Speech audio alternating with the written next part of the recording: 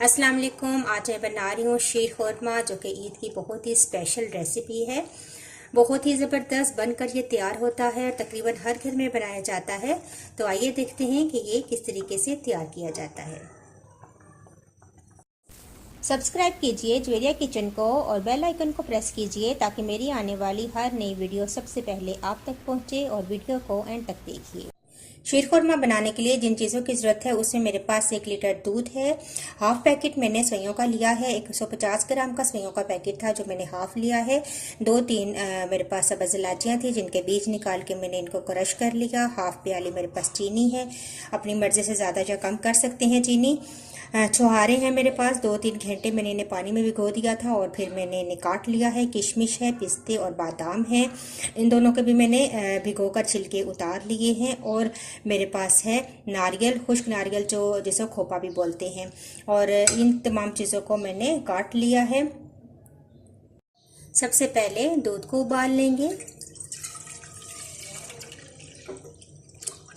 साथ ही इसके अंदर मैं इलायचियाँ डाल दूंगी और चीनी भी ऐड कर दूंगी और इसको उबलने के लिए हम रख देंगे। दूसरी साइड पे मैं फ्राई पैन के अंदर थोड़ा सा ऑयल शामिल करूंगी और इसके अंदर ये तमाम जितने मेरे पास नट्स हैं ये डालकर मैं इन्हें हल्का सा रोस्ट कर लूँगी। इससे इनका जायका बढ़ जाता है। ये तमाम डालकर मैं अच्छा सा इनको रोस्ट करूँगी।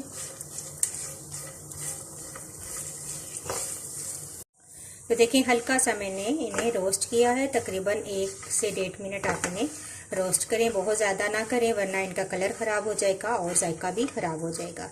अब मैं इन्हें निकाल लेती हूँ।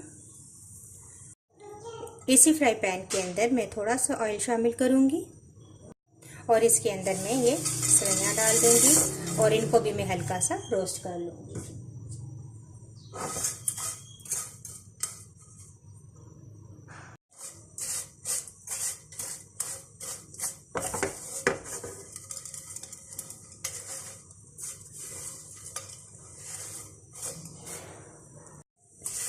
तो ये देखें हल्की सी ये भी रोस्ट हो चुकी हैं। इस तरह करने से इनका भी जायका बढ़ जाता है और ये बहुत ज़्यादा जाके मैशी नहीं होती दूध के अंदर, तो इनको रोस्ट करना बहुत ज़रूरी होता है। अब मैं इनको उतार लेती हूँ। दूध उबल चुका है, अब इसके अंदर मैं ये सेवइयाँ ऐड कर दूँगी जो मैंने रोस्ट की हैं अभी।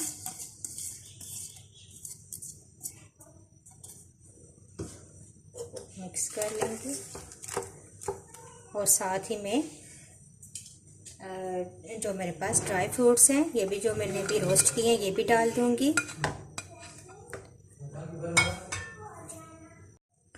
अब हम इसे उबलने के लिए छोड़ देंगे, तकरीबन 10 से 15 मिनट आप इसको पकाएं ताकि हल्का सा दूध भी गाढ़ा हो जाए।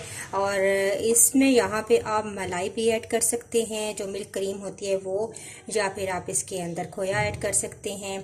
खुश्क दूध जो ड्राई मिल्क होता है वो आप ऐड कर सकते हैं, यानी कि आप अपनी मर्ज़ी से इसका टेस्ट बढ़ाने के लिए आप कुछ भी ऐड कर सकते हैं। तो 10-15 मिनट पकने के बाद ये देखें बहुत ज़बरदस्त हमारे पास शीर खुरमा तैयार है।